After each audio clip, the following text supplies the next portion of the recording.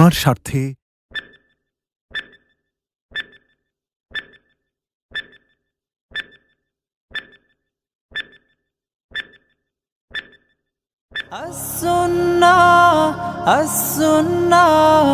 As-Sunnah Foundation.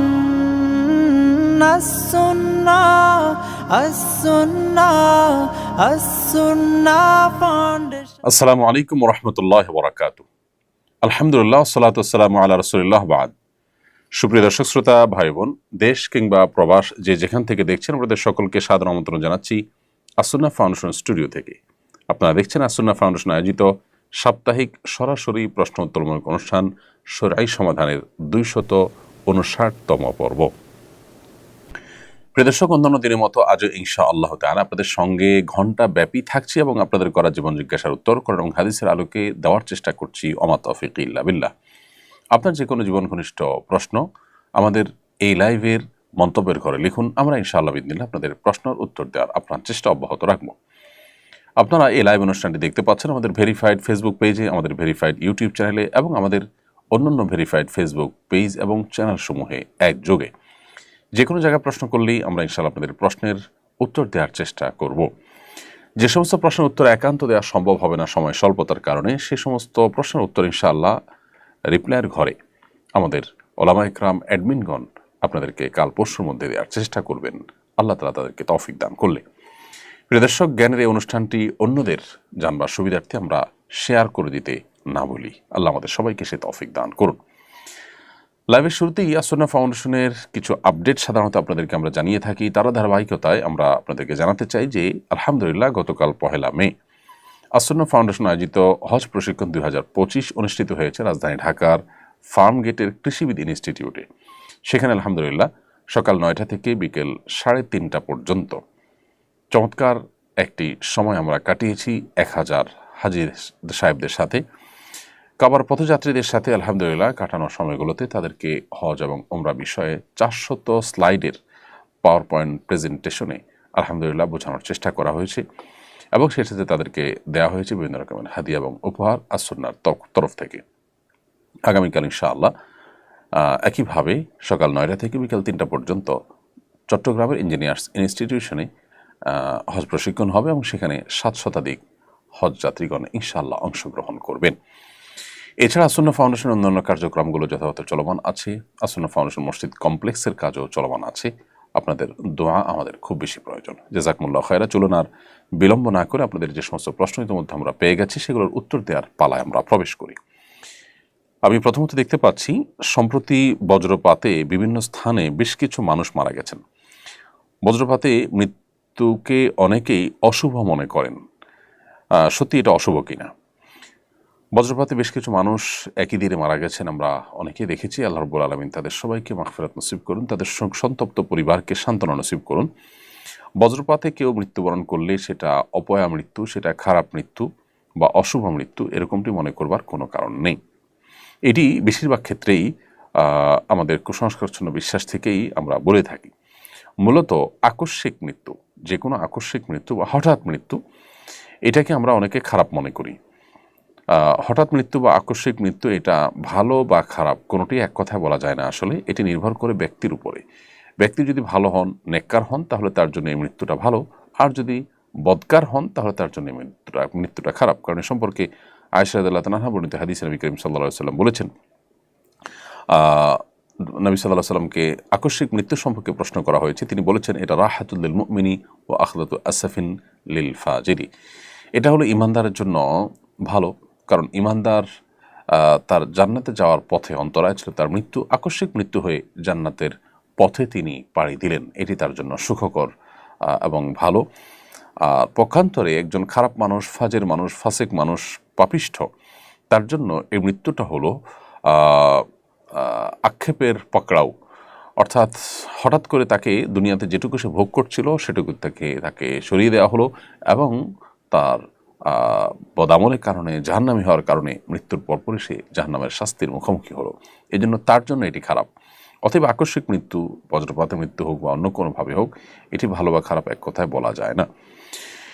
Sheikh Tariqul ইসলাম আপনি লিখেছেন, আমার মামা কিছুদিন আগে রোড অ্যাক্সিডেন্টে মারা যান। তার ব্যবহার্য ফোন, এয়ারপডস আমরা কেউ ব্যবহার করলে মরহুমের গুনাহ হবে কিনা, যেহেতু এগুলো তার জিনিসপত্র আর আধুনিক যুগে ফোন হাতে নিলেই গুনাহ হয়ে যায়। প্রথম কথা হলো ভাই তারিকুল ইসলাম, আমরা মোবাইল ফোন বা যে কোনো ডিভাইস ব্যবহার করলে আল্লাহর নাফরমানি যেন না হয় সেটা আমাদের সর্বাবস্থা খেয়াল রাখতে হবে। আপনারা যারা এগুলো ব্যবহার করছেন বা তার ওয়ারিস বা তার পরিবার সদস্যদের মধ্যে থেকে যারা এগুলো ব্যবহার করছেন, তারা তার দিক চিন্তা করা ছাড়াও হারাম থেকে বেঁচে থাকার চেষ্টা তাদের মধ্যে থাকতে হবে। এবার আসা যাক মূল প্রশ্নের উত্তরে, সেটি হলো যিনি রোড অ্যাক্সিডেন্টে মারা গেলেন, তার ব্যবহার করা ফোন, এয়ারপডস বা অন্যান্য জিনিসপত্র মৃত্যুর সঙ্গে সঙ্গে এগুলো আর তার মালিকানা থাকে না, এগুলো মালিক হয়ে যায় এগুলোর তার ওয়ারিসরা। অতএব ওয়ারিসরা যেহেতু মালিক হয়ে গেছেন, অতএব এইগুলো ব্যবহার এর দায়িত্ব ওয়ারিসদের উপরেই বর্তায়। বিধায় মৃত ব্যক্তির এতে কোনো ক্ষতি হবে না, কষ্ট হবে না ইনশাআল্লাহ, এবং মৃত্যুর পরপরই এটি মূলত ওয়ারিসদের মধ্যে ভাগ বন্টন হয়ে যাওয়া উচিত।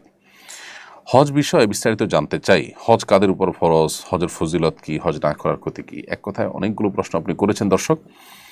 এটার উত্তরে আমরা বলতে চাই যে হজ ফরজ হবে সেই সব ব্যক্তিদের উপর যারা মুসলিম এবং সুস্থ মস্তিষ্ক সম্পন্ন, এবং তাদেরকে আল্লাহ তাআলা এ পরিমাণ আর্থিক সচ্ছলতা দিয়েছেন যা দিয়ে হজ করে আসার সময়টা তার পরিবার ভরণ পোষণ দেওয়ার ব্যবস্থা তার থাকে, এবং সেই সাথে হজ করে আসার মতো অ্যাবিলিটি থাকে। আজকের বাজারে 7-8 লাখ টাকা হলে হজ করা যায়। অতএব এই সময় 7-8 লাখ টাকা কারোর কাছে থাকলে তার উপর হজ ফরজ হবে। নারী যদি হন কেউ, তাহলে তার কাছে এর ডাবল টাকা লাগবে, কারণ হলো তিনি নিজে যাওয়া এবং তার সাথে একজন মাহরামের যাওয়া আসার খরচ, এটা যদি তার কাছে থাকে তাহলে তার উপর হজ ফরজ হয়ে যাবে। আজ থেকে অনেক বছর আগে, 10-15 বছর আগে 2.5 লাখ 3 লাখ টাকায় বাংলাদেশ থেকে হজ করা যেত। অতএব তখনকার বাজারে কারোর কাছে ওই টাকা থেকে থাকলে তার উপর হজ ফরজ হয়ে গিয়েছে। অতএব তিনি যদি তখন হজ না করে থাকেন, তাকে পরবর্তীতে যে কোনো সময় হজটা করতে হবে। এছাড়া হজের ফজিলত অপরিসীম। নবী সাল্লাল্লাহু আলাইহি ওয়াসাল্লাম বলেছেন, আল হাজ্জুল মাবরুর লাইসা লাহুল জাযাউ ইল্লাল জান্নাহ। একটি ভালো হজ, যে হজের মধ্যে কোনো অকল্যাণ নেই, যে হজে কোনো পাপাচার নেই, সেরকম একটি হজের বিনিময় জান্নাত ছাড়া আর কিছুই নয়। অন্য হাদিসে আসছে নবী সাল্লাল্লাহু আলাইহি ওয়াসাল্লাম বলেছেন, মাল হাজ্জা ওয়ালাম ইয়াফসুক ওয়ালাম ইয়ারফুস রাজাআ কায়াউমি ওয়ালাদাতহু উম্মুহু। যে ব্যক্তি হজ করলো এবং হজ করে কোনো গুনাহের কাজ করলো না, পাপের কাজ করলো না, এবং কোনো নারীঘটিত অপরাধ করলো না, সে ব্যক্তি হজ করে ফিরে আসেন সদ্য ভূমিষ্ঠ হওয়া নবজাতক শিশুর মতো নিষ্পাপত্ব নিয়ে। আর যদি কেউ হজ এর সামর্থ্য রাখেন, এরপরে হজ না করেন, নবী সাল্লাল্লাহু আলাইহি ওয়াসাল্লাম তার ব্যাপারে সতর্ক করেছেন যে সে ইহুদি হয়ে কিংবা খ্রিস্টান হয়ে মরুক, তারপরে তার কোনো দায়িত্ব নেই। একজন বিবাহিত ব্যক্তি প্রবাসে এসে শয়তানের ধোকায় পড়ে জেনায় লিপ্ত হয়েছে। এখন সে নিজেকে কিভাবে পরিশুদ্ধ করবে? দেশে গিয়ে স্ত্রীর সঙ্গে স্বাভাবিক জীবনযাপন করতে পারবে কিনা, নাকি কোনো বিধিনিষেধ আছে? কেউ যদি প্রবাসে গিয়ে শয়তানের ধোকায় পড়ে কোনো প্রকার জেনায় লিপ্ত হয়ে যান, তিনি তওবায়ে নাসুহা করবেন, তার কৃতকর্মের জন্য নিজেকে ভৎসনা করবেন, আত্মশাসন করবেন, তওবায়ে নাসুহা করবেন, এবং আল্লাহর কাছে মাপ চেয়ে নিজের পাপ মোচন করার চেষ্টা করবেন। কিন্তু তার এই অপরাধ কর্মের কারণে তার স্ত্রীর সাথে সম্পর্কে কোনো ছেদ পড়বে না, বা সেখানে কোনো প্রকার সমস্যা তৈরি হবে না। বিধায় তিনি তার স্ত্রীর সাথে স্বাভাবিক জীবনযাপন করতে পারবেন। এরপরে প্রশ্ন হলো, জাতিসংঘ মহাসচিব আন্তোনিও গুতেরেস ঢাকায় জাতিসংঘের আবাসিক কার্যালয়ের নতুন অফিসের আনুষ্ঠানিক উদ্বোধন করেছেন। বিষয়টাকে কিভাবে দেখছেন? দেখুন, বিশ্বের বিভিন্ন জায়গায় জাতিসংঘের আবাসিক কার্যালয় যে সমস্ত জায়গায় হয়েছে, সে সমস্ত জায়গায় স্থানীয় মূল্যবোধ বিরোধী কাজ করার অভিযোগ আছে। আর এই জন্য ওলামায়ে কেরাম শুরু থেকে এটা বিরোধিতা করে আসছেন। এমনকি স্থায়ী আপনার মানবাধিকার অফিস এখানে প্রতিষ্ঠা করারও চিন্তাভাবনা করছে তারা, আমরা এরকম কথা শুনতে পেয়েছি। তো এই বিষয়গুলোতে জাতির কাণ্ডারি যারা, তাদের দায়িত্বশীল আচরণ করা দরকার এবং দূরদর্শী পদক্ষেপ তাদের ফেলা দরকার। জাতিসংঘের সঙ্গে অনেক স্বার্থ সংশ্লিষ্ট বিষয় আমাদের যেমন আছে, সেই সাথে আমাদের স্থানীয় মূল্যবোধ এবং আমাদের এদেশের মানুষের কৃষ্টি, কালচার এবং তাদের বিশ্বাস, এগুলোর পরিপন্থী কোনো কাজ হওয়ার পথ যেন সুগম না হয়, সেটা সংশ্লিষ্ট মহলের দেখা কিন্তু কর্তব্যের মধ্যে পড়ে। আমরা যদি সময়ের ভাবনা সময়ে করতে না পারি, তাহলে এক সময় হয়তো আমাদেরকে আফসোস করতে হবে, আক্ষেপ করতে হবে। এই জায়গা থেকে আমার মনে হয় যে এই সমস্ত ডিসিশনগুলোর আগে জনগণের সাথে, বিশেষ করে সর্বস্তরের মানুষের সাথে আমাদের প্রচুর পরিমাণ বোঝাপড়া এবং আলাপ আলোচনা হওয়া উচিত। এরপরে প্রশ্ন হলো, ব্যাংকক থেকে বলছি, এখানকার ইমামরা সুন্নত পালনে গড়িমসি করেন, দাড়ি যথাযথভাবে রাখেন না, টাকনুর নিচে প্যান্ট পরেন, এমন ইমামের পেছনে নামাজ পড়া যাবে কি না? এর উত্তর হলো যে ইমাম সাহেবরা যাদের পেছনে আপনারা নামাজ পড়েন তারা যদি গড়িমসি করেন, সুন্নত পালনে যথাযথ দায়িত্বশীল না হন, বিশেষ করে দাড়ি মুন্ডন করেন বা ছোট করেন, টাকুর নিচে প্যান্ট পরেন, তাহলে তো সুন্নত নয়, হারামে তারা লিপ্ত, শুধু সুন্নত রকি নয়, এরকম পিছনে নামাজ পড়লে নামাজ হয়ে যাবে। কিন্তু আপনার আশেপাশে যদি কোনো মুত্তাকি ইমাম পান যিনি এ সমস্ত ফাসিকি এবং এ সমস্ত গুনাহে লিপ্ত নন, সেই ইমামের পিছনে আপনি নামাজ পড়বেন যদি সেই সুযোগটা থাকে। না থাকলে যিনি আছেন তার পিছনে আপনি নামাজ পড়বেন। কারণ হলো আমাদের দেশে অনেকেই আছেন যারা মনে করেন যে ইমাম ফাসেক হলে তাহলে আমরা একা একা বাসায় পড়বো। আসলে একা একা বাসায় নামাজ পড়ার কোনো সুযোগ নেই যদি ইমাম, আল্লাহ না করুন, ফাসিক হন, খারাপ মানুষ হন। তারপর আপনাকে তার পেছনেই নামাজ আদায় করতে হবে জামাতের স্বার্থে। যদি আপনি এটাকে আপনার জন্য যদি বিকল্প কোনো পথ আপনার জন্য যদি না থাকে সেক্ষেত্রে। এরপরে প্রশ্ন করেছেন একজন, বর্তমানে সৌদি সরকার নির্দিষ্ট শর্ত সাপেক্ষে মহিলাদের মাহারাম ছাড়া হজ করার অনুমতি দিয়েছে। এই অনুমতি গ্রহণ করে মাহারাম ছাড়া হজ করা যাবে কি না? দেখুন, প্রথম কথা হলো যে মাহারাম ছাড়া মেয়েরা হজে যাবেন না, এ ব্যাপারে পরিষ্কার হাদিস রয়েছে। নবী করিম সাল্লাল্লাহু আলাইহি ওয়াসাল্লাম বলেছেন, লা তুসাফিল মারআতু ইল্লা মা যি মাহরিম, কোনো নারী সফর করবেন না মাহারাম ছাড়া। এটা হলো যখন কারোর হজ করতে হলে সফরের দূরত্ব ক্রস করে যেতে হয়। যিনি হজের এলাকাতেই আছেন তিনি যদি একা একা হজ করে ফেলেন তার হজ হয়ে যাবে, কারণ এটা সফরের দূরত্ব নয়। আর যারা সফরের দূরত্ব থেকে আসবেন তারা মাহরাম সাথে নিয়ে আসবেন, এটাই হলো সংখ্যাগরিষ্ঠ ইমামদের ফতোয়া। যদিও এক্ষেত্রে কোনো কোনো আলেমের ভিন্ন মত রয়েছে। সমকালীন ওলামাদের মধ্যে থেকে অনেক নির্ভরযোগ্য আলেম, অনেক ঠিক না, কোনো কোনো নির্ভরযোগ্য আলেম তারা বলেছেন যে যদি অন্যান্য নারীদের সাথে যান এবং সেই সমস্ত নারীরা তার বিপদে আপদে তার পাশে দাঁড়াবেন এরকম স্কোপ থাকে, তাহলে সেক্ষেত্রে তাদের সাথে গেলেও হজ আদায় হয়ে যাবে। তো এরকম শক্তিশালী মতো কিন্তু রয়েছে। এরপরের প্রশ্ন হলো, হজ কত প্রকার ও কি কি? এর মধ্যে কোন হজ করা উত্তম? আগামী বছর আমি হজে যাব ইনশাআল্লাহ, কোন হজ করার পরামর্শ আপনি দিবেন? প্রথম কথা হলো যে হজ 3 প্রকার: হজে ইফরাদ, হজে তামাত্তু এবং হজে কেরান। হজে ইফরাদ, হজে তামাত্তু, হজে কেরানের মধ্যে কোন হজ উত্তম, এটা নিয়ে ফোকাহে কেরামের মধ্যে, ওলামার মধ্যে একাধিক মত রয়েছে। অনেক ওলামা একরামের বক্তব্য হলো যে হজের ক্ষেত্রে হজে তামাত্তু উত্তম, এবং এই মতের সপক্ষে বহু ওলামা একরাম রয়েছেন। বর্তমান বিশ্বে বেশিরভাগ মানুষই প্রায় হজে তামাত্তু করে থাকেন। তামাত্তু হজ উত্তম হওয়ার সপক্ষে যুক্তি বা দলিল হলো নবী সাল্লাল্লাহু আলাইহি ওয়াসাল্লাম নিজে তামাত্তু হজ করেছেন, এই মর্মে অনেক শক্তিশালী এবং বিশুদ্ধ হাদিস রয়েছে। কেউ কেউ অবশ্য হজে ইফরাদকে উত্তম বলেছেন, শুধু হজ। আর হজে কেরানকে উত্তম বলেন হানাফি মাযহাবের ওলামা একরাম এবং আরও অনেক ওলামা একরাম। হজে কেরানটা হলো আমরা ওমরা এবং হজ দুইটারই নিয়ত করব, কিন্তু ওমরা করে হালাল না হয়ে তারপর আমরা হজ করব। একই এহরামে হজ ওমরা দুইটা করা, ওমরা করে তারপর হজ করা, এটা হলো কেরান। আর ওমরা করে হালাল হয়ে তারপরে হজ করা, সেটা হলো হজে তামাত্তু। আর শুধু হজ করা, সেটা হলো হজে ইফরাদ। সাধারণত একদম শেষ মুহূর্তে যারা যান তারা হজে ইফরাদ করে থাকেন। তো আপনার জন্য উত্তম কোনটা আমি সেটা বলবো যে আপনি যদি আগে থেকে জানান, অনেক আগে থেকে, তাহলে হজে তামাত্তুই করবেন, আর শেষ মুহূর্তে গেলে হজে কেরান করতে পারেন। আমি একজন ট্রাভেল ব্যবসায়ী, আমি মানুষকে বিদেশে যেতে সহযোগিতা করি। আমার মাধ্যমে কেউ বিদেশে গিয়ে কোনো গুনাহের কাজ করলে আমি গুনাহগার হব কিনা, এক্ষেত্রে আমার করণীয় কি? প্রিয় দর্শক, কেউ বিদেশে গিয়ে কি করবেন না করবেন এটার দায়টা একান্তই তার। আপনি তার জন্য প্রসিডিওর করে দিলে ইনশাআল্লাহ আপনি গুনাহগার হবেন না। আল্লাহ তাআলা বলেছেন, আল্লাহ তাজরু ওয়াসিরাতুন বিজরা উখরা। কোরআনের বিভিন্ন জায়গায় একই বিষয়ে আল্লাহ তাআলা বলেছেন যে কোনো পাপের বোঝা, কারোর পাপের বোঝা অন্য কেউ বহন করবে না। সেই জায়গা থেকে আপনি ইনশাআল্লাহ তাআলা এর দায় আপনাকে নিতে হবে না। তবে একই সাথে আপনি যদি বিদেশে মানুষজন পাঠান, বিশেষ করে শ্রমিকদেরকে, তাহলে সেক্ষেত্রে তাদের সাথে কোনো প্রতারণা যেন না হয়, মিথ্যাচার যেন না হয়, সে বিষয়ে আপনাকে সর্বোচ্চ দায়িত্বশীল থাকতে হবে। সম্প্রতি সরকারি হাজিদের সুবিধার্থে লাব্বাইক অ্যাপ চালু করা হয়েছে। অ্যাপে রেজিস্ট্রেশন করতে জেন্ডার অংশ রাখা হয়েছে আদার্স। এটা নিয়ে অনেকে সমালোচনা করেছেন। বিষয়টা কতটা গুরুতর মনে করেছেন?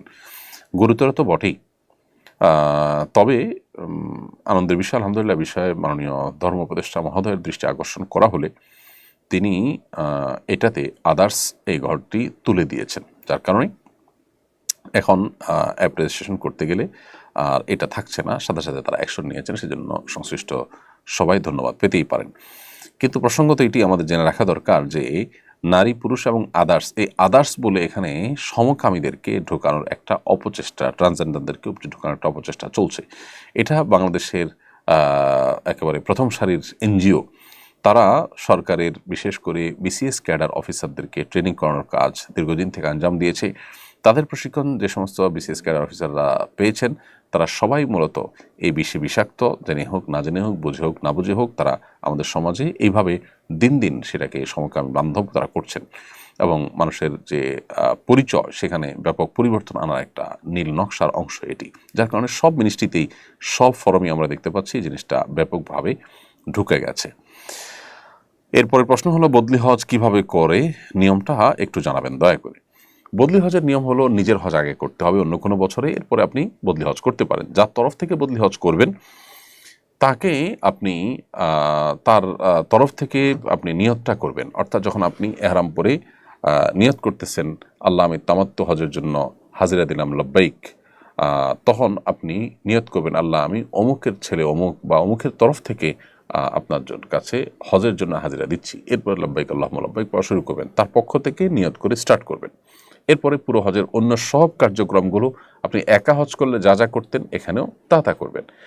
দোয়ার জায়গাগুলোতে তার জন্য বিশেষভাবে দোয়া করবেন, নিজের জন্য আপনি দোয়া করতে পারবেন। এ হলো হজ্জে বদল বা বদলি হজের নিয়ম। আলাদা কোনো প্রসেস নেই যে বদলি হজে আলাদা কোনো কাজ করতে হবে, শুধুমাত্র নিয়তের সময় তার নিয়তটাকে ইনক্লুড করা ছাড়া। এছাড়া আমাদের অনেকে আছেন যারা বদলি হজ করেন আবার পারিশ্রমিক নেন। এ ব্যাপারে হাম্বলি মাযহাব উলামা ইকরাম যদিও পারিশ্রমিক নেওয়া জায়েজ বলেছেন, কিন্তু হানাফি মাযহাব উলামা ইকরাম এটাকে কড়াভাবে নিষেধ করেন এবং এই মতটা অধিকতর যুক্তিযুক্ত। যার কারণে বদলি হজ করে আপনি বিনিময় নিলেন, যার বদলি হজ করলেন তার কাছ থেকে, তার ওয়ারিসদের কাছ থেকে, এটা কিন্তু জায়েজ হবে না। তাওহিদুল ইসলাম আপনি লিখেছেন পরীক্ষায় ভালো ফলাফল করার জন্য কোনো দোয়া আছে কিনা। পরীক্ষার ফলাফল যেন ভালো হয় এর জন্য আলাদা করে স্পেসিফিক কোনো দোয়া নেই, তবে বান্দা আল্লাহ সুবহানাহু ওয়া তাআলার কাছে যে কোনো কল্যাণ কামনা করতে পারে, অতএব আল্লাহ আমার পরীক্ষার ফলাফল আপনি ভালো করে দিন, এটা আপনি দোয়াও করতে পারেন। সেই সাথে আল্লাহর ফয়সালাকে মেনে নেওয়ার মতো ঈমানের শক্তি আমাদের থাকতে হবে। আল্লাহ আমাদের সেই তৌফিক দান করুন। আবাসিক ব্যবসা হালাল নাকি হারাম, অজ্ঞাত সারে কোনো গুনাহের কাজ হলে হোটেল মালিক দায়ী হবে কিনা। হোটেল ব্যবসা মৌলিকভাবে তো নাজায়েজ কোনো ব্যবসা নয়, হালাল ব্যবসা, কিন্তু কিছু স্পট আছে যেখানে হারাম কাজের জন্য মানুষ বেশিরভাগ ক্ষেত্রে যায়। এরকম যদি কোনো স্পট এর মধ্যে আপনি ব্যবসা করেন তাহলে সেটা আপনার জন্য জায়েজ হওয়াটা হবে শর্ত সাপেক্ষে, যে আপনি দায়িত্ব নিয়ে সেখানে হালাল হারাম এর বিষয়টা আপনি মেনটেন করার চেষ্টা আপনার সাধ্য অনুযায়ী করেছেন। 100% তো আপনার হাতে নয়। আবার এর বাইরেও সাধারণ জায়গাগুলোতেও অনৈতিক কাজ রোধে আপনার নানামুখী পদক্ষেপ থাকতে পারে, যেমন হাজব্যান্ড ওয়াইফ কিনা যারা উঠছে সেখানে তাদেরকে আপনি প্রশ্ন করলেন এবং সেটা প্রমাণের জন্য কোনো অপশন রাখলেন, সিস্টেম রাখলেন। আমি ব্যক্তিগতভাবে চিনি বাংলাদেশে এরকম কিছু রিসোর্ট, কিছু হোটেল আছে, বড় বড় রিসোর্ট, যেগুলোতে আলহামদুলিল্লাহ মালিক পক্ষের মধ্যে আল্লাহর ভয় থাকার কারণে তারা এই জাতীয় কোনো পরিস্থিতিতে আপনার বিশেষ করে কোনো হারাম কাজ যেন না হয় সেজন্য তারা দায়িত্বশীল আচরণ করেন এবং সেজন্য তারা কোনো আপনার কাপল যদি সেখানে থাকতে চান তাহলে তাদেরকে প্রশ্ন করেন তারা স্বামী স্ত্রী কিনা। অন্তত মুখে স্বামী স্ত্রী যদি বলে অথবা কোনোভাবে মিনিমাম প্রমাণ করার কোনো বই না থাকে, কাবির নামে তো মানুষ ঘুরে না, অন্য কোনোভাবে যদি কোনোভাবে প্রমাণ করা যায় বা দেখে বোঝা যায় তাহলে সেক্ষেত্রে তাদেরকে আপনি ভাড়া দিলেন। আর যদি মনে হয় যে না তারা এখানে কোনো পাপাচারের জন্য এসেছে তাহলে তাদেরকে আপনি অ্যাভয়েড করলেন। এতটুকু যদি আপনি দায়িত্বশীলতার পরিচয় দেন আশা করা যায় ইনশাআল্লাহ আপনার জন্য এটি হালাল হবে। বোরকা পরা অবস্থায় তায়াম্মুম করার সময় কি বোরকা খুলতে হবে নাকি বোরকার উপর দিয়ে মাসে করা যথেষ্ট হবে? বোরকা পরা অবস্থায় তায়াম্মুম করার সময় আপনাকে বোরকা যতটুকু তায়াম্মুম করার জন্য প্রয়োজন ততটুকু খুলতে হবে, বোরকার উপর দিয়ে মাসা করলে হবে না। আর তায়াম্মুমের জায়গা তো হলো মুখ, অতএব মুখে যদি বোরকার ঢাকা থাকে তাহলে তায়াম্মুম করা যাবে না, অতএব ভেতর দিয়ে আপনাকে তায়াম্মুম করতে হবে। মুখের মাসা করার জায়গাটা হাত বোলাতে হবে সরাসরি মুখের উপরে, আবার হাতের যে জায়গাটা সেটাও বোলাতে হবে হাতের উপরে ডাইরেক্ট, অর্থাৎ বোরকার উপরে করলে আপনার মাসা করলে হবে না। আমি হজে যাব, হজের পেমেন্ট করার জন্য অফিস থেকে অ্যাডভান্স টাকা নিয়েছি, এই টাকায় হজ করলে হজ কবুল হবে কিনা? অফিস থেকে যে অ্যাডভান্স টাকা নিয়েছেন সেটা আপনার বেতনের অংশ, অথবা আপনার স্যালারির অংশ হিসাবে যে টাকাটা আপনি নিয়েছেন এই টাকা দিয়ে আপনি হজ করতে পারেন। এটা আপনার সম্পূর্ণ হালাল টাকা। এটা আপনি লোন নিয়েছেন অনেকটা, লোনটা আস্তে আস্তে আপনি পরিশোধ করবেন। অতএব লোন নিয়ে হজ করলে হজ আদায় হয়, এবং একইভাবে লোন নিয়ে কোনো দান সাদাকা করলে সেটাও কিন্তু আদায় হয়ে যাবে। এটাও সেরকমই। অতএব আপনার এই হজ আদায় হবে ইনশাআল্লাহ তাআলা। একটি সফটওয়্যার কোম্পানিতে চাকরি করি, শুরুতে এতে হারাম কিছু জড়িত ছিল না, এখন কিছু হারাম অনুষঙ্গ যুক্ত হয়েছে। এখন করণীয় কি? চাকরি অব্যাহত রাখতে পারবো? যদি আপনাকে দেখুন, সফটওয়্যার কোম্পানিতে চাকরি করে আপনি দীর্ঘদিন থেকে সেখানে উপায় উপার্জন করছেন, কিন্তু সেখান থেকে হঠাৎ করে যদি সেখানে হারাম কোনো কাজ শুরু হয় এবং সেখানে যদি আপনার ইনভলভেশন থাকে যেটি আপনাকে করতে হয়, তাহলে সেক্ষেত্রে সেখান থেকে আপনার সুইচ করার চেষ্টা করতে হবে, অন্যত্র আপনাকে চাকরি নেওয়ার চেষ্টা করতে হবে, কারণ আপনি হারামে সহযোগী হতে পারেন না। আর যদি ব্যাপারটা এরকম হয় যে ব্যাপারটা যদি এরকম হয় যে আপনার কোনো হারামে যুক্ত হতে হয় না, কোম্পানি কোনো একটা হারাম কাজ করে, সেটা তার অন্যান্য বিজনেসের পার্ট, তাহলে তার দায়টা আপনার উপর আসবে না ইনশাআল্লাহ তাআলা। হজের সফরে একজন হজযাত্রী নামাজ কসর করবে নাকি পূর্ণ নামাজ পড়তে হবে? হজের সফরে হজযাত্রী যদি মুসাফির থাকেন তাহলে তিনি অবশ্যই কসর করবেন, আর না হলে তিনি পূর্ণ নামাজ পড়বেন।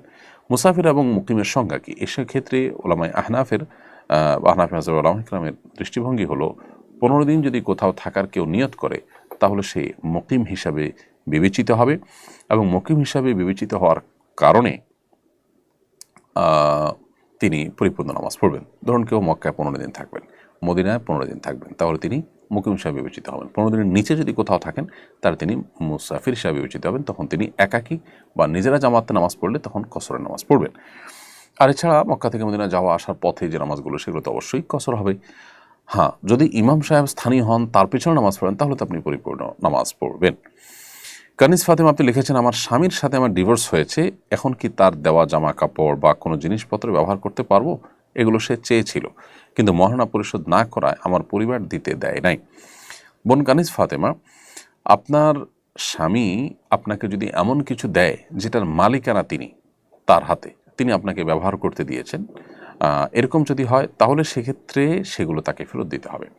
ডিভোর্সের পর সেগুলো তাকে ফেরত দিতে হবে। আর যদি এমন কিছু হয় যেগুলো আসলে আপনাকে তিনি ব্যবহার করতে দেননি, বরং আপনাকে মালিক বানিয়ে দিয়েছেন, এরকম যদি হয় তাহলে সেক্ষেত্রে সেগুলো ফেরত দিতে হবে না।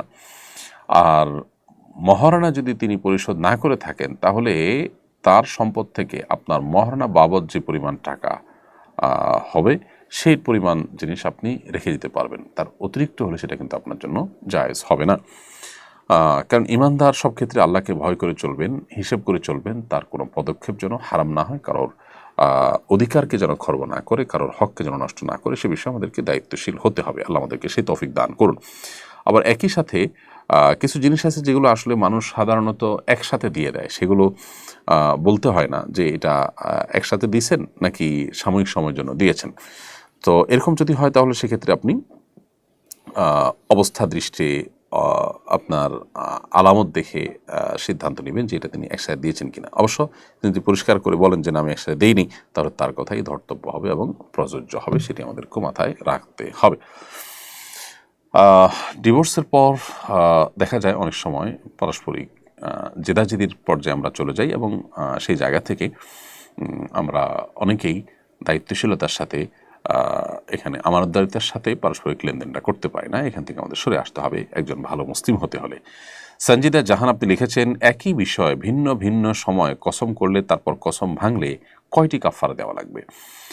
একই বিষয় ভিন্ন ভিন্ন সময় আপনি একাধিক কসম করলে অনেক ওলামাদের মধ্যে একটি কাফারাই যথেষ্ট হবে। যেমন সৌদি আরবের শেখ বিন বাজ রাহিমাহুল্লাহ সহ অনেক ওলামায়ে কেরাম, হাম্বলি মাযহাবের ওলামায়ে কেরাম অনেকে বলেন এটি।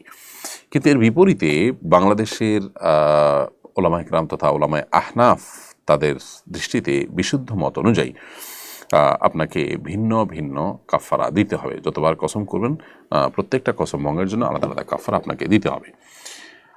আমি আমার ভাইদের সাথে কোরবানির গরুর সাথে আমার ছেলের আকিকা দিতে চাই, এভাবে তো অনেকেই দেয়। আমাদের কোরবানি দেওয়ার মতো সামর্থ্য নেই, এখন কি তাহলে এভাবে দিব না? দয়া করে উত্তর দেবেন। আপনার ভাইদের সাথে আপনি যে কোরবানির গরুর সাথে ছেলের আকিকা দিতে চান, এটাতে অনেক ওলামাদের মতো আকিকা হয়ে যাবে, কিন্তু অনেক ওলামাদের মতো আকিকা হবে না।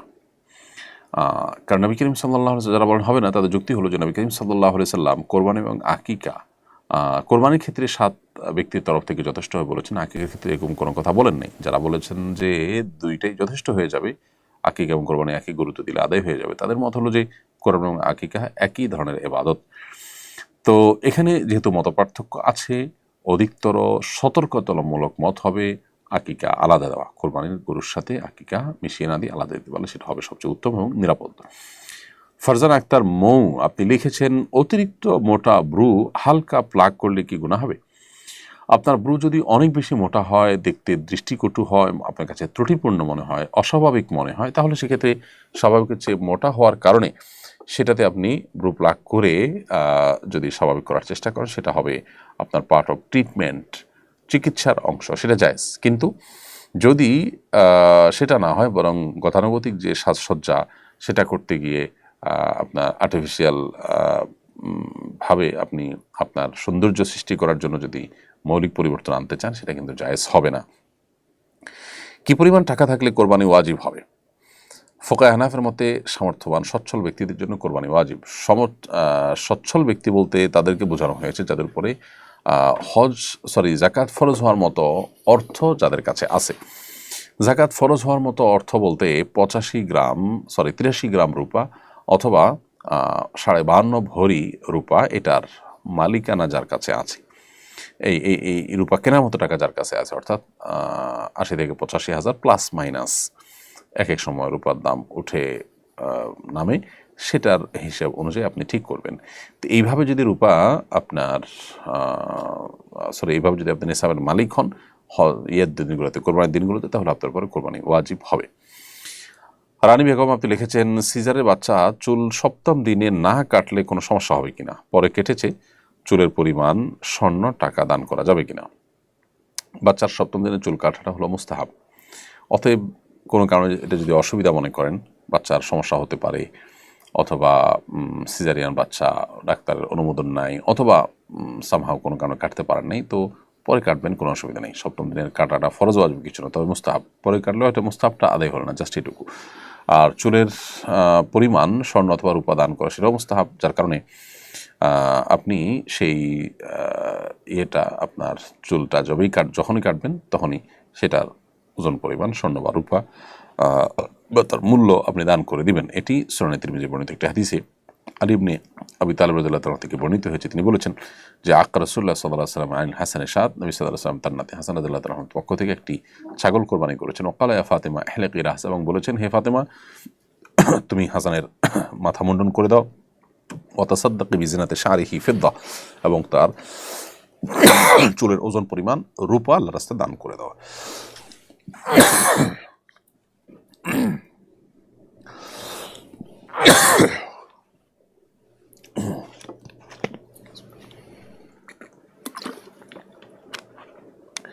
এরপর প্রশ্ন করেছেন আরশি রহমান, আপনি লিখেছেন, আমার স্বামী অনেকগুলো টাকা রেখে ভুলে গেছেন, আমি সেগুলো তাকে না জানিয়ে খরচ করেছি, এখন আমি কি গুনাহগার হব?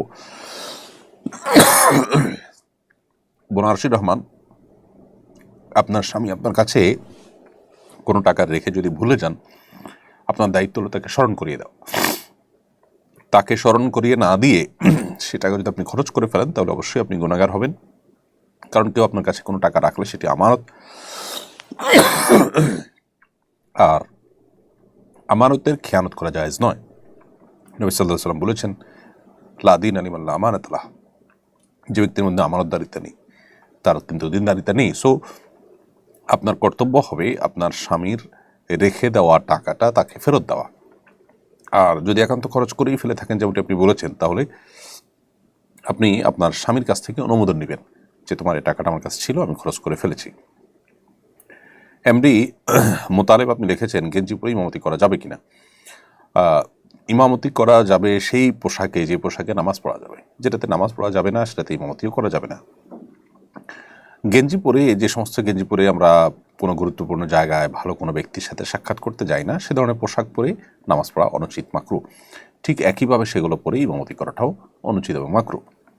হ্যাঁ, যদি এমন হয় যে এমন কোনো ড্রেস হয় যেটা পরে আমরা সচরাচর গুরুত্বপূর্ণ কোনো ব্যক্তিদের সাথে বসতে যাই, মিটিং করতে যাই, তাহলে সেক্ষেত্রে সেটা পরে আপনি নামাজ পড়তে অসুবিধা নেই, ইমামতি করতেও অসুবিধা নেই।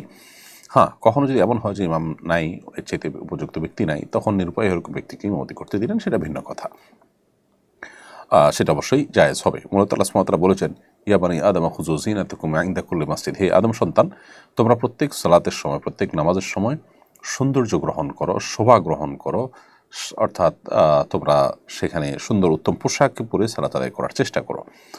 তো যার কারণে সালাত আদায়ের সময় আমাদের উত্তম পোশাক থাকা এটা বাঞ্ছনীয়।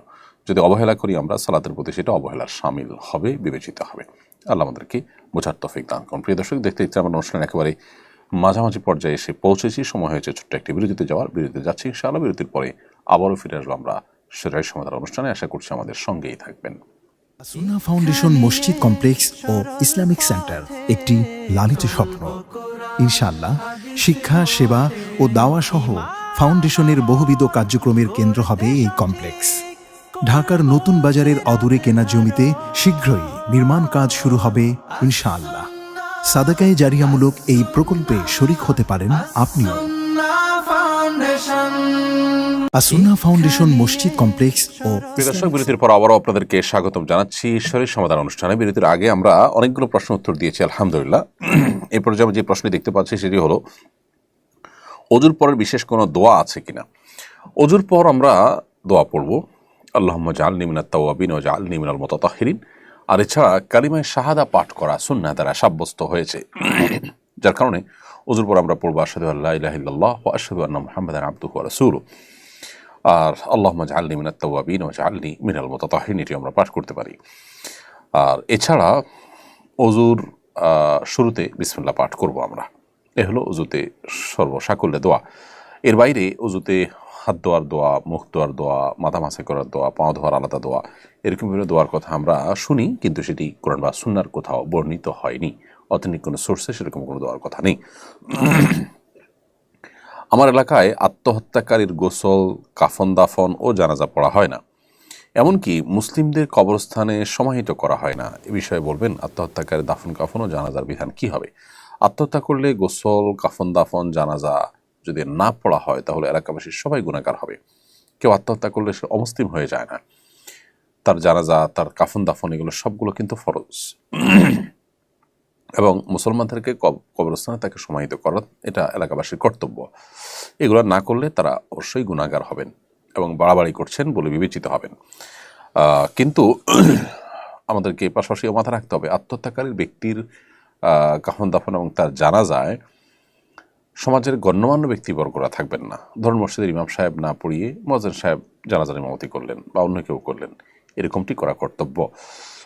যেমনটি নবী সাল্লাল্লাহু আলাইহি ওয়াসাল্লাম করেছেন, কোনো আত্মহত্যাকারী ব্যক্তি হলে তিনি জানাজা পড়তেন না, অন্যদেরকে পড়তে বলতেন। কিন্তু অন্যদেরকে পড়তে হবে বিধায় যদি আত্মহত্যা করার কারণে তার জানাজাই পড়া না হয়, সেটা অবশ্যই অপরাধ হবে, গুনাহের কাজ হবে। এমনি মানিরুল্লাহ আপনি লিখেছেন, দ্রুত বিয়ের ফজিলত যদি একটু বলতেন। নবী করিম সাল্লাল্লাহু আলাইহি ওয়াসাল্লাম বলেছেন, অভিভাবকদেরকে লক্ষ্য করে তোমাদের সন্তান সন্ততি বিয়ের উপযুক্ত হওয়ার পর তোমরা বিলম্ব করবে না, কারণ বিলম্ব করার ফলে তারা যদি গুনাহে লিপ্ত হয়, সমাজে যদি ফাসাদ এবং ব্যত্যয় সৃষ্টি হয়, তাহলে সেটা বিলম্বে গুনাহের কারণেই হবে এবং এর দায় সংশ্লিষ্টদেরকে বহন করতে হবে। সেজন্য দেরি করা উচিত নয়। আল্লাহ রাব্বুল আলামিন কাউকে যখন মহরের টাকা জোগাড় করা এবং স্ত্রীর ভরণ পোষণের মিনিমাম আয়োজন করবার শক্তি সামর্থ্য দিবেন, তখনই তার বিয়ে করার চেষ্টা করা কর্তব্য। এমনকি আল্লাহ সুবহানাহু ওয়া তাআলা অভিভাবকদেরকে নির্দেশ করেছেন, আনকিহুল আয়ামা মিনকুম ওয়াস-সালিহিন মিন ইবাদিকুম ওয়া ইমানিকুম ইন ইয়াকুনু ফুকারা ইউগনিহিমুল্লাহু মিন ফাদলিহি।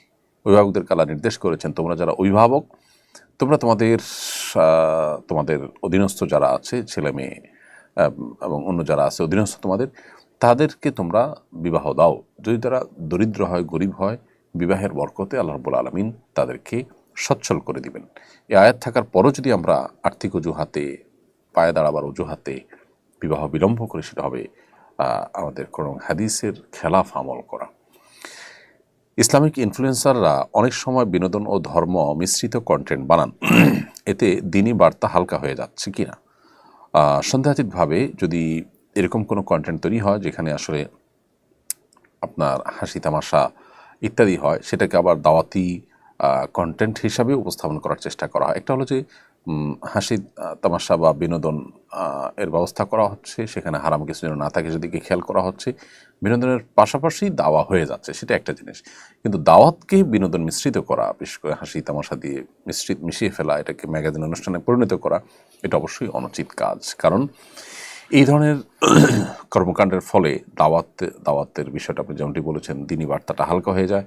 এবং নবী করিম সাল্লাল্লাহু আলাইহি সাল্লাম যখন দাওয়াতি কাজ করতেন, তার ভিতরে যে গাম্ভীর্যতা প্রকাশ পেত তার মধ্য থেকে, এটা তার খেলাফ, অর্থাৎ সুন্নাহর খেলাফ পদ্ধতি।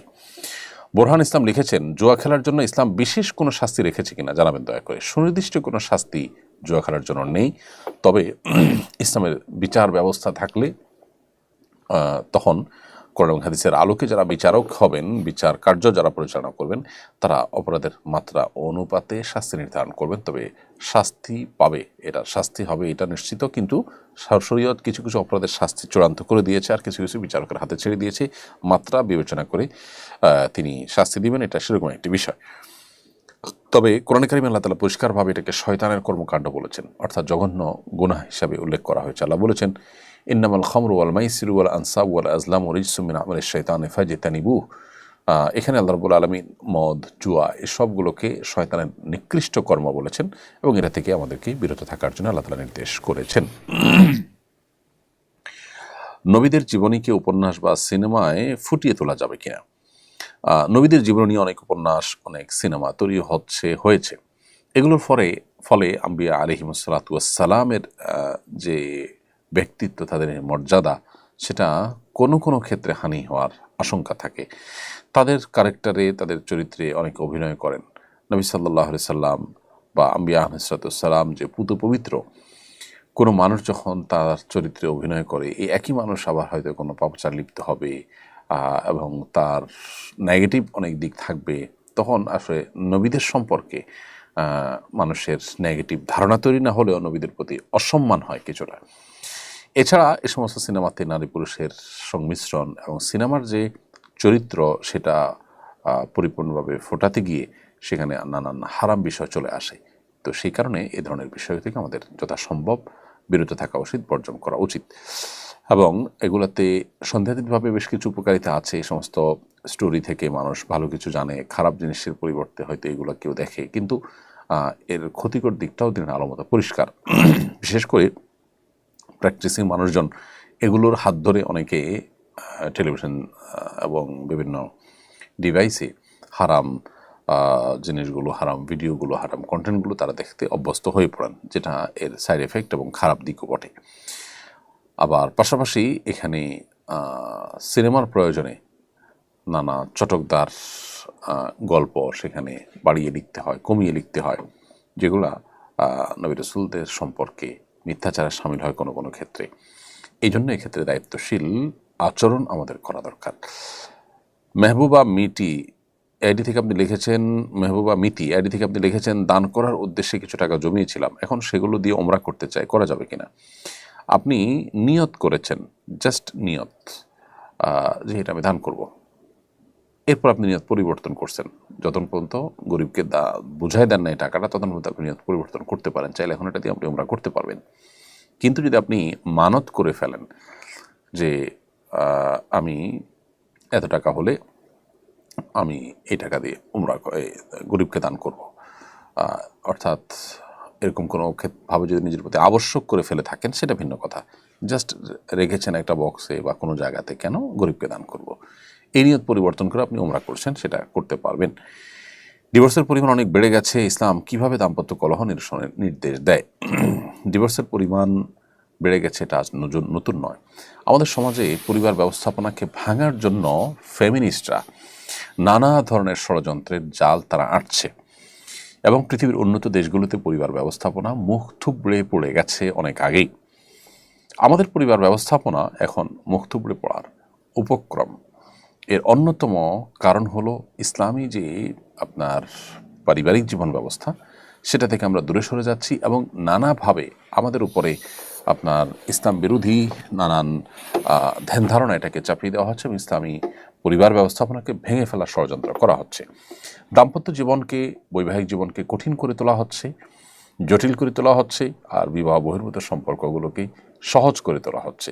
এর জন্য আমরা সাফার করছি এই ডিভোর্সের পরিমাণ এবং আপনার পরিবারগুলো ভেঙে যাওয়ার প্রবণতা বেড়ে যাওয়ার মাধ্যমে।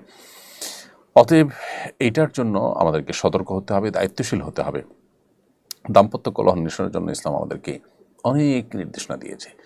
এর মধ্যে প্রথম হলো যে মনোমালিন্য যদি হয়, স্বামী স্ত্রীর মধ্যে বনিবনা হয়, পরস্পরকে নসিহা করবেন, কখনো অভিমান করবেন, কখনো তৃতীয় পক্ষের হস্তক্ষেপে, উভয় পক্ষের দায়িত্বশীল ব্যক্তিদের হস্তক্ষেপে তারা একসাথে থাকার চেষ্টা করবেন। কোনোভাবে যদি না হয়, একসাথে থাকতে গেলে বরং যদি গুনাহে লিপ্ত হওয়ার আশঙ্কা থাকে, তাহলে তারা একটা তালাক দিয়ে বিচ্ছিন্ন হবেন, যাতে করে আবারও একসাথে হওয়ার সুযোগ থাকে।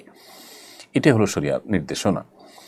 এবং আল্লাহ সুবহানাহু ওয়া তাআলা নির্দেশ করেছেন ওয়ালাহুন্না মিসলুল্লাযী আলাইহিন্না, নারীদের উপরে যেমন নারীদের যেমন অধিকার রয়েছে, তাদের কর্তব্য রয়েছে। অতএব প্রত্যেককে যার যার কর্তব্য সম্পর্কে আল্লাহ তাআলা সচেতন করেছেন, সেটা নারী হোক পুরুষ হোক সবার ক্ষেত্রেই প্রযোজ্য। হ্যাকিং বা ডেটা চুরিকে ইসলাম কীভাবে দেখে? ব্যক্তিগত গোপনীয়তা রক্ষার ব্যাপারে ইসলামের বিধান কী? দেখুন, হ্যাকিং করে কারোর ব্যক্তিগত গোপনীয়তা লঙ্ঘন করা জায়েজ নয়। আল্লাহ সুবহানাহু ওয়া তাআলা সূরা হুজুরাতে বলেছেন, ওয়ালা তাজাসসু, তোমরা একে অন্যের পেছনে লেগে থাকবে না, তোমরা একে অন্যের পেছনে ছিদ্রান্বেষণ করতে যাবে না। তাছাড়া এই সমস্ত ডেটা চুরি, হ্যাকিং, এগুলো এক প্রকার চুরি।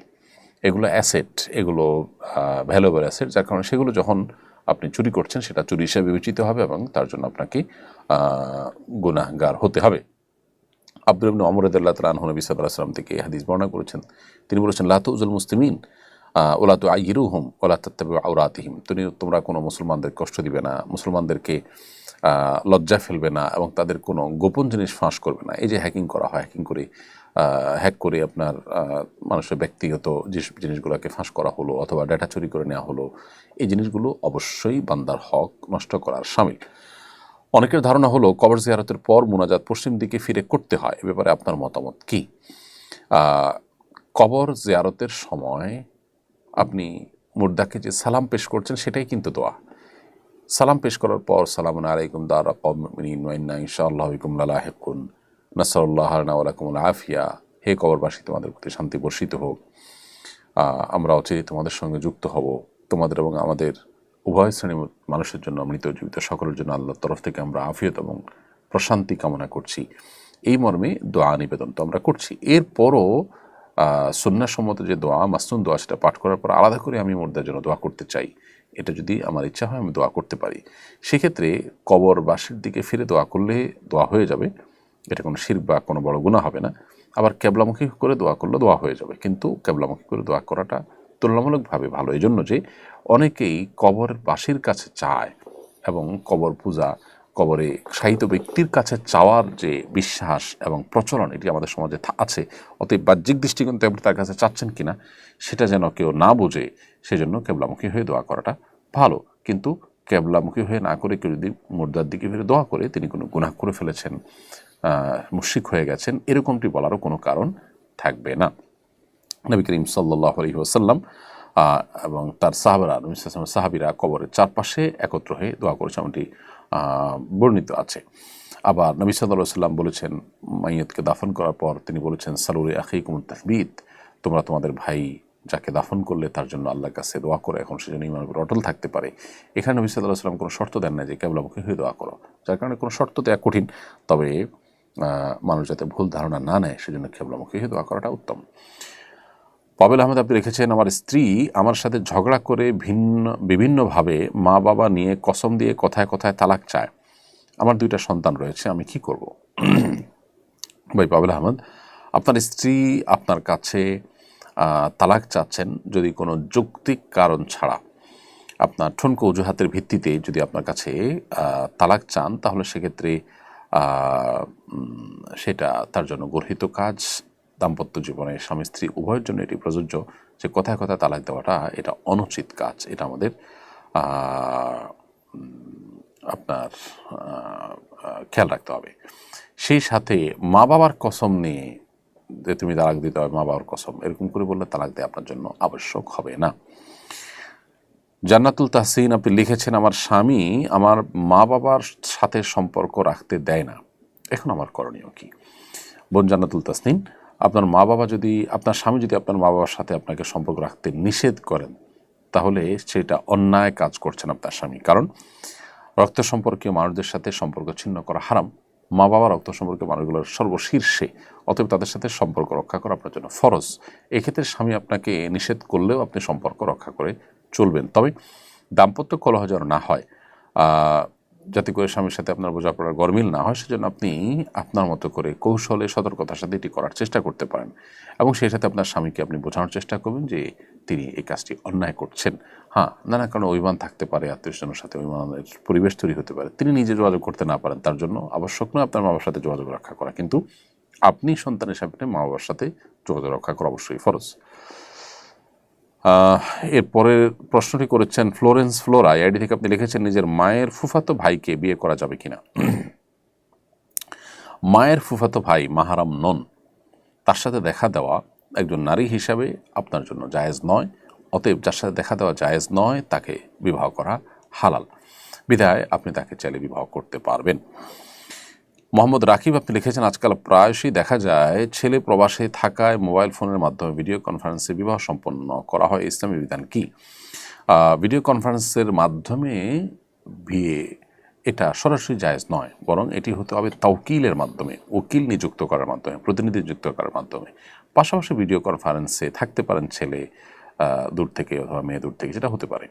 পাত্র বা পাত্রী দূরে যদি থাকে তাহলে সেক্ষেত্রে তারা কোনো মানুষকে দায়িত্ব দিবেন যে আমার পক্ষ থেকে অমুকের মেয়ের সাথে বিবাহের তুমি প্রস্তাব দিও, কিংবা প্রস্তাব দিলে তারা তুমি সম্মত বলিও।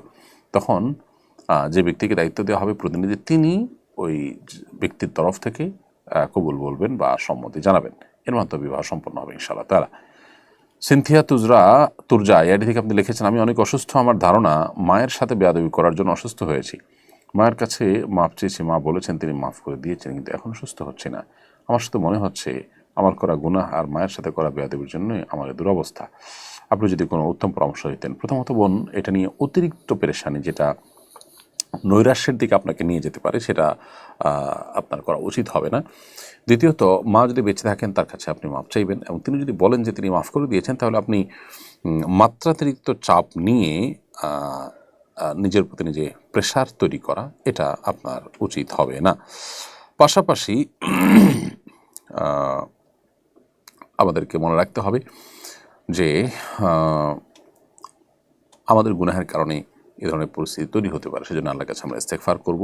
পাশাপাশি আপনি ডাক্তার দেখাবেন এবং ইস্তেগফার অব্যাহত রাখবেন, কারণ নবী সাল্লাল্লাহু আলাইহি ওয়াসাল্লাম বলেছেন, মান লাজিমাল ইস্তেগফার জাআলাল্লাহু মিন কুল্লি যায়কিন মাখরাজা ওয়া মিন কুল্লি হাম্মিন ফারাজা ওয়া ইয়ারযুকহু মিন হাইসু লা ইয়াহতাসিব। হাদিসটি আবু দাউদে বর্ণিত হয়েছে। নবী সাল্লাল্লাহু আলাইহি ওয়াসাল্লাম বলেছেন, যে ব্যক্তি ইস্তেগফারকে অবলম্বন করবে, ইস্তেগফারকে আঁকড়ে ধরবে, নিয়মিত ইস্তেগফার করবে, আল্লাহ তাআলা তাকে সকল সংকীর্ণ অবস্থান থেকে বের হওয়ার পথ বের করে দিবেন এবং সকল পেরেশানি দূর করে দিবেন, এবং তাকে আল্লাহ তাআলা অভাবনীয় পদ্ধতিতে রিজিক দান করবেন, অর্থাৎ সারপ্রাইজ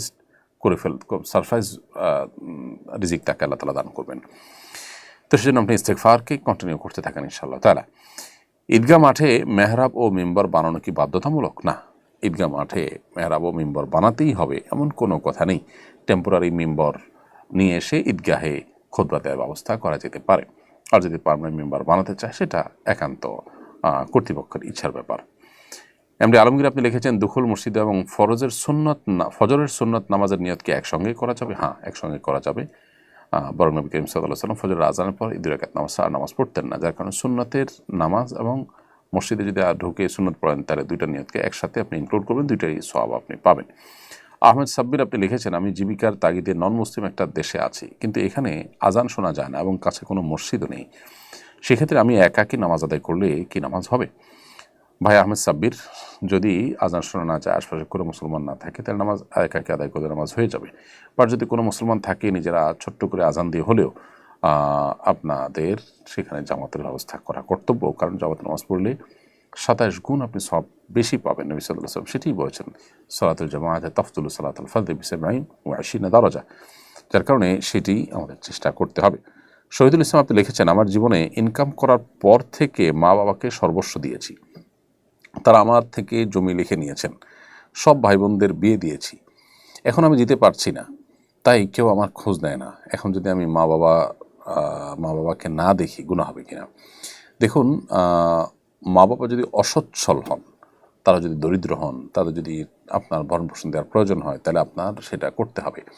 মা বাবাকে দিয়েছেন, তারা যদি আপনার প্রতি অকৃতজ্ঞ হন, তারা আল্লাহর কাছে দায়ী থাকবেন, দোষী হবেন। মা বাবা হয়েছেন দেখে তারা সন্তানের প্রতি স্বেচ্ছাচারী আচরণ করতে পারবেন, ব্যাপারটি সেরকম নয়। যার কারণে তারা মা বাবা হয়েও সন্তানের প্রতি তাদের দায়িত্বশীল আচরণ করতে হবে। যদি তারা সেটা না করেন, তারা দায়ী থাকবেন আল্লাহর কাছে, কিন্তু আপনি সেজন্য তাদেরকে শাস্তি দিতে পারেন না। সন্তান হিসাবে আপনি আপনার কর্তব্য পালন করবেন। প্রত্যেককে যার কর্তব্য সম্পর্কে জিজ্ঞাসিত হবে, মা বাবার সম্পর্কে জিজ্ঞাসা করা হবে, মা বাবাকে জিজ্ঞাসা করা হবে তারা সন্তানের কৃতজ্ঞতা আদায় করেছেন নাকি অকৃতজ্ঞ হয়েছেন। আবার একইভাবে সন্তানকে জিজ্ঞাসা করা হবে যে তারা মা বাবার দায়িত্ব সঠিকভাবে পালন করেছেন কিনা। যদি মা বাবার আর্থিক সঙ্গতি থাকে, তাদেরকে আপনি ভরণ পোষণ না দিলেও চলার মতো ব্যবস্থা থাকে, তাহলে সেক্ষেত্রে আপনি না দিলে গুনাহ হবে না, কিন্তু তাদের সাথে সদাচরণ এবং সুন্দর ব্যবহার আপনাকে করতে হবে। হাবিব রানা আপনি লিখেছেন, স্ত্রী যদি স্বামীর গায়ে হাত তোলে আর স্বামীর সাথে সবসময় উচ্চ গলায় কথা বলে, তাহলে এমন স্ত্রীর সাথে থাকা কি সঠিক হবে নাকি ভিন্নভাবে চিন্তা করতে হবে? ভাই হাবিব রানা, স্ত্রী স্বামীর গায়ে হাত তুললে সেটা জঘন্য অপরাধ এবং অন্যায় কথা। স্বামীও যদি স্ত্রীর প্রতি জুলুম করে সেটা অন্যায় কথা, কিন্তু স্ত্রী যদি এটা কাজটি করে সেটার ভয়াবহতার মাত্রা বেশি, কারণ সাধারণত স্ত্রী বয়সে ছোট হয়ে থাকেন আর স্বামীর প্রতি আলাদা অভিভাবক হিসাবে তার প্রতি আলাদা দায়িত্বশীলতার ব্যাপার থাকে, শ্রদ্ধাশীলতার ব্যাপার থাকে। স্বামীর সাথে যদি উচ্চ গলায় কথা বলে এরকম যদি হয়, তাহলে সেক্ষেত্রে এই স্ত্রীকে সংশোধন করবার যতগুলো উপায় আছে, পথ আছে, শরিয়া যে স্টেপগুলো অবলম্বন করতে বলেছে তাকে সংশোধন করবার জন্য, সেগুলো আমাদেরকে অবলম্বন করতে হবে। সেগুলোর কোনোটাতেই যদি কাজ না হয়, তাহলে সেক্ষেত্রে তালাক বা বিচ্ছেদের চিন্তা করা যেতে পারে। কিন্তু বিচ্ছেদের চিন্তা করতে হলেও একটা তালাক দিয়ে সময় নিতে হবে, যাতে করে সংশোধন হয়ে ফিরে আসার সুযোগ থাকে। যদি সংশোধন না হয়, তাহলে অটোমেটিক 3 মাস চলে গেলে সম্পর্ক ছিন্ন হয়ে যাবে। তখন দুদিকে যার যার মতো করে রাস্তা মাপতে পারবেন। আবার চাইলে একত্র হওয়ার স্কোপও থাকবে পরবর্তীতে কখনো। সেজন্য 1 তালাকের বেশি দেওয়া যাবে না। যদি সমস্ত পথ বন্ধ হয়, তারপর তালাকের চিন্তা করতে হবে। মোহাম্মদ নাজির হোসেন আপনি লিখেছেন, ফরজ গোসল করার পর কাপড় ধোয়ার সময় কাপড়ের পানি গায়ে লাগলে কি নাপাক হয়ে যাবে? ফরজ গোসল করার পর কাপড় ধোয়ার সময় যদি কাপড়ের পানি গায়ে লেগে যায়, তাহলে ছিটা এসে যদি কাপড় গায়ে লাগে, এর কারণে নাপাক হবে না ইনশাআল্লাহ তাআলা। এটা মানুষের ইচ্ছার বাইরে হয়ে থাকে এবং এটা পরিপূর্ণভাবে কন্ট্রোল করা সম্ভব হয় না। KM মুজিবুর রহমান লিখেছেন, জমি বন্ধক রেখে সেই টাকা দিয়ে হজ ও উমরা পালন করলে সই হবে কিনা জানতে চাই। জমি বন্ধক রেখে আপনি হজ উমরা করতে পারেন, যদি আপনি এসে জমি ছোটাবার জন্য, ওই ব্যক্তির টাকা পরিশোধ করবার জন্য যথাযথ উপায় থাকে, সেরকম অবস্থায় আপনি নিতে পারেন। এটা লোন নিয়ে হজ করার মতোই হবে, লোন নিয়ে হজ করা না জায়েজ নয়। এরপরে প্রশ্ন হলো, ঋণ করে কোরবানি করা জায়েজ আছে কিনা? যদি কেউ কোরবানির জন্য মানুষের কাছ থেকে ঋণ নেন, ঋণ নিয়ে পশু কিনে কোরবানি করেন, তাহলে সেটা নাজায়েজ নয়, বিশেষ করে যদি সেই ঋণ পরিশোধ করবার ব্যবস্থাপনা তার কাছে থাকে। যদি তিনি ঋণ নিয়ে কোরবানি করছেন, দেওয়ার কোনো নাম নেই, খবর নেই, মুরদ নেই, জাস্ট কোরবানি করার দরকার তাই করছেন, এবং ওই ব্যক্তিকে তিনি দেবেন শত উদ্দেশ্যও নাই এবং তার জন্য কোনো প্ল্যান প্রোগ্রামও নাই, এরকম হলে সেটা জায়েজ হবে না। কারণ যার কোরবানি করার সামর্থ্য নাই, তার জন্য কোরবানি করা তো ওয়াজিব নয়। তিনি কোরবানি নফল, তার জন্য সেই নফল কাজের জন্য লোন করছেন, সেটাও জায়েজ হবে তখন যদি সেই নফল কাজ করে পরবর্তীতে এই লোনটা পরিশোধ করার তার কোনো প্ল্যান প্রোগ্রাম থাকে সঠিক, সেক্ষেত্রে এটি জায়েজ হবে। আর্থিক যে কোনো ইবাদতের ক্ষেত্রে লোন করা যায়, যেমন কেউ দান করার জন্য লোন করলো, নবী সাল্লাল্লাহু আলাইহি ওয়াসাল্লাম থেকেও এটি প্রমাণিত আছে, সেই হিসাবে এখানেও সেটি করা যেতে পারে। নাজমুল হাসান আপনি লিখেছেন, আমি SSC পরীক্ষার্থী, আমার জন্ম নিবন্ধনের বয়স ভুল দেওয়া হয়েছিল, এখন জন্ম নিবন্ধনের বয়স সংশোধন করতে অতিরিক্ত টাকা চাচ্ছে, আমি কি সংশোধন করব নাকি এরকমই রেখে দিব? আর যদি সংশোধন না করতে পারি, তাহলে আমার করণীয় কি বলবেন? জন্ম নিবন্ধনে যে ভুল বয়স দেওয়া হয়েছিল ইচ্ছাকৃতভাবে, সেটি সংশোধন করার সুযোগ থাকলে আপনার করা উচিত। যদি ঘুষ চায় তাহলে সেক্ষেত্রে আপনি ঘুষ না দিয়ে চেষ্টা করবেন, কারণ ঘুষ দেওয়া আলাদা গুনাহের কথা। সেটা যদি না হয় তাহলে আপনি প্রয়োজনে এটা এড়িয়ে যাবেন। মানুষকে ধার দেওয়া কি সওয়াবের কাজ? তবরানীতে একটা হাদিস বর্ণিত হয়েছে, নবী সাল্লাল্লাহু আলাইহি ওয়াসাল্লাম বলেছেন, কুল্লু করদিন সাদাকাহ, প্রত্যেক দানই সাদাকার সওয়াব এনে দেয়। কোন কোন হাদিসে অবশ্য দানকে ঋণকে আপনার দানের চাইতে উত্তম বলা হয়েছে।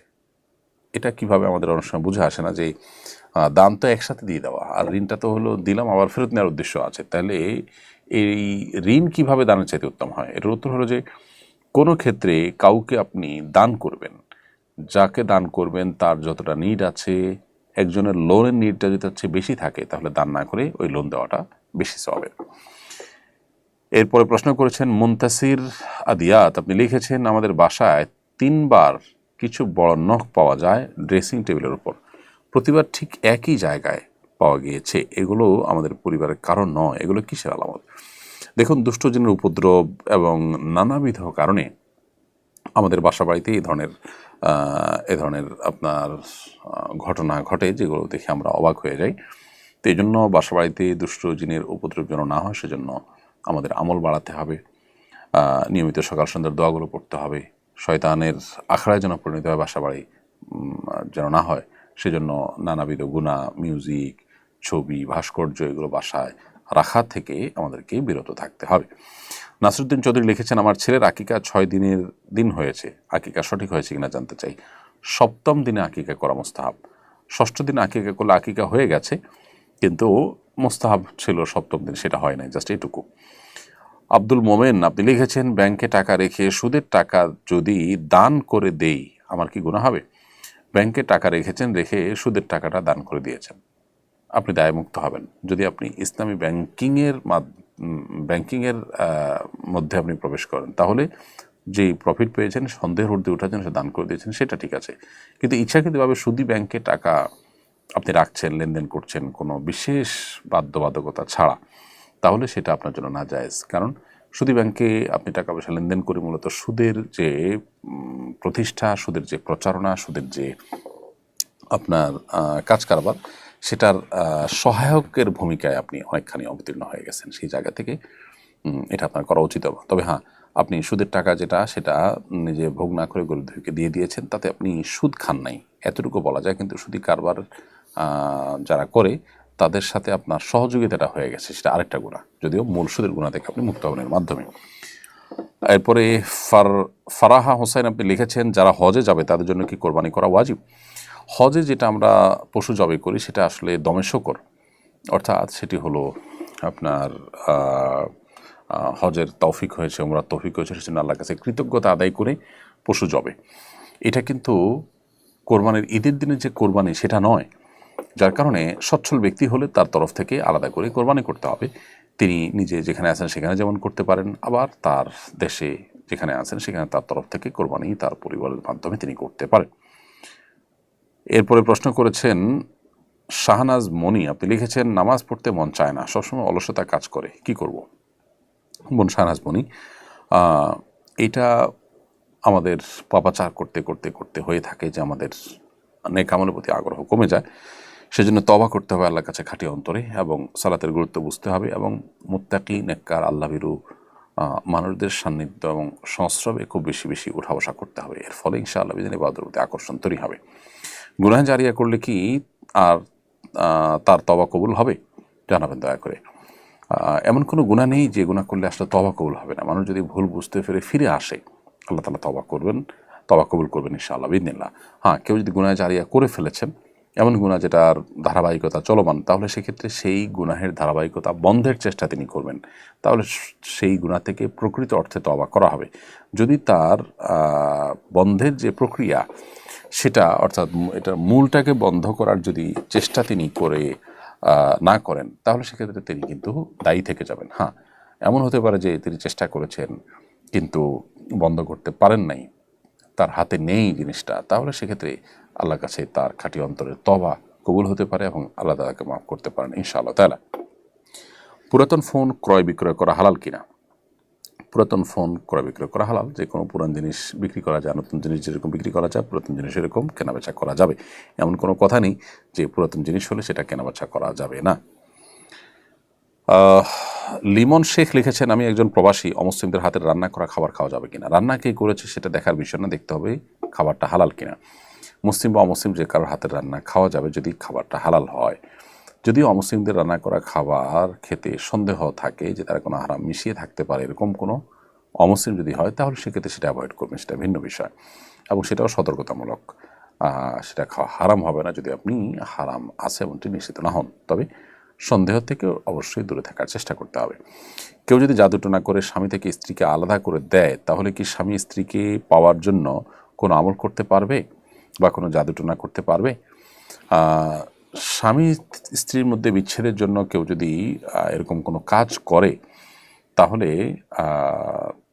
স্বামী স্ত্রী পরস্পর সেই জাদু কাটাবার জন্য বিভিন্ন রকমের রাকিদের শরণাপন্ন হবে। তারাও আবার কি জাদুটোনা করতে যাবে না, সেটা উচিত হবে না। অন্যায়ের বিপরীতে অন্যায় করবেন না।